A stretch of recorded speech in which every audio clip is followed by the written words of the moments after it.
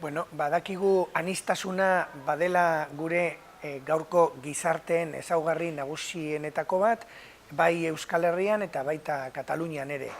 Sensazioa daukagu Katalunian gai hauetaz abantaila digutela eta denbora gehiagotan hausnartu izan dutela honen inguruan, eta gainera hizkuntzaren inguruan nolabaiteko zubilana erresago dutela egitea guk gurearekin, gure euskerarekin baino.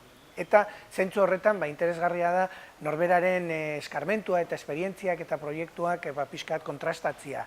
Horretaz aparte, gogoa eta ere egiten dugu aniztasuna beraren inguruan, nolakoa den, zeintzuk diren ereduak, kulturartekotasuna, kultura aniztasuna, eta bakoitzak, eredu bakoitzak ze suposatzen duen. Eta hortik saiatuko gara, nolabait ikaskizun ateratzen gu gandik ere, eta gu gure aldetik ikasteko eta geure proiektuak eta geure gizartea gero eta nolabaiteko kulturartekoagotua izatea.